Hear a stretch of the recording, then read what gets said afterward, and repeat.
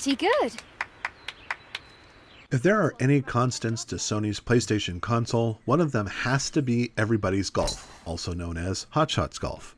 I've played Clap Hands Limited's fun and fancy-free golf games as far back as the PlayStation 2 and all the way through the PlayStation Vita, and found them to be cheery and easy enough to get into. The franchise is a staple of the PlayStation brand, and it's no surprise to see it on the PlayStation VR.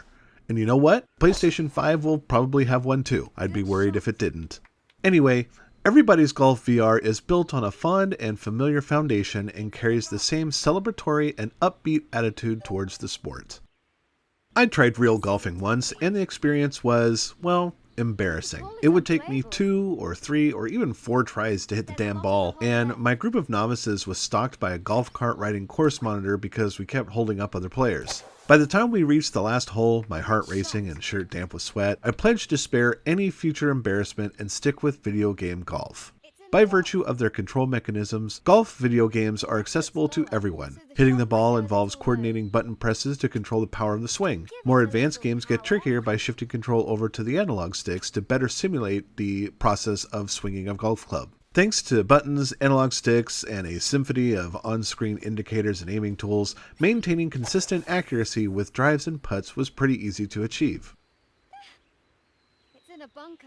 These crutches go flying out the window in VR because the ball's trajectory lies primarily on your squared shoulders and slightly bent knees. The art of the golf swing in Everybody's Golf VR takes practice to master.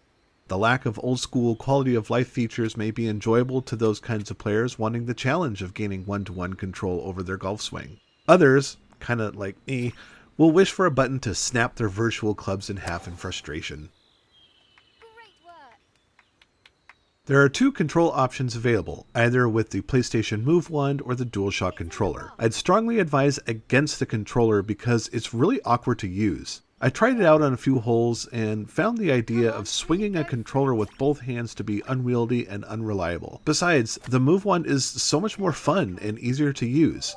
Press the move button to address the ball, and swing the peripheral just like you would a real club. Moving your arms with a measured force, the faster the swing the more power behind it, and angling the club in the right direction you want the ball to go just before the moment of impact affords better precision and accuracy over the DualShock. Just don't go expecting to become the next Jack Nicklaus. Even with the move, pulling off accurate swings with the right amount of power takes some getting used to, and that goes double for the short game. Everybody's Golf isn't an intense or overly sophisticated golf simulator, which is great. I actually find this franchise's no fuss, no muss direction to be fantastic and less intimidating. The series and the VR game is no different, is more concerned with getting you out onto the green with as few barriers as possible. That being said, courses and playable holes are limited at the start of the game, which serves to incentivize continuous play. The most interesting thing I picked up on with Everybody's Golf VR was how grown up it looks. The earlier games in this franchise were defined by colorful characters, cartoon-like sensibilities, and pretty courses.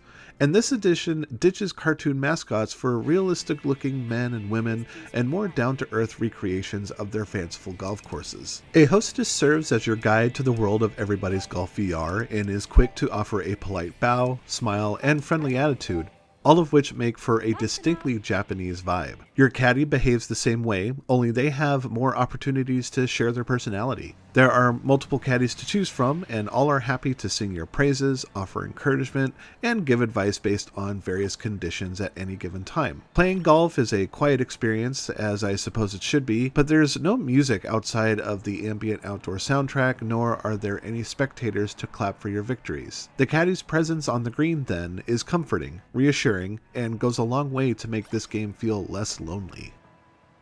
Everybody's Golf VR is not going to change the way people look at golf video games. Let Electronic Arts worry about that. Clap Hands Limited hasn't let me down in the past, and the transition to virtual reality hasn't compromised their unique vision for the sport. With different gameplay options designed to suit quick or extended play, cosmetic goodies to earn, and multiple courses, Everybody's Golf VR offers good value for its $30 price tag. I was concerned about using the Move Wand at first, knowing that certain VR games I've played before suffered tracking issues, but I had absolutely no problems here, and it's way better than using the DualShock. Sadly, the Move couldn't help me with my own physical failings, meaning that many, well, let's be honest, all missed and failed swings were my fault. Everybody's Golf VR is challenging and more physically demanding, but is just as fun and spirited as any other game in this beloved series. A putter might work here.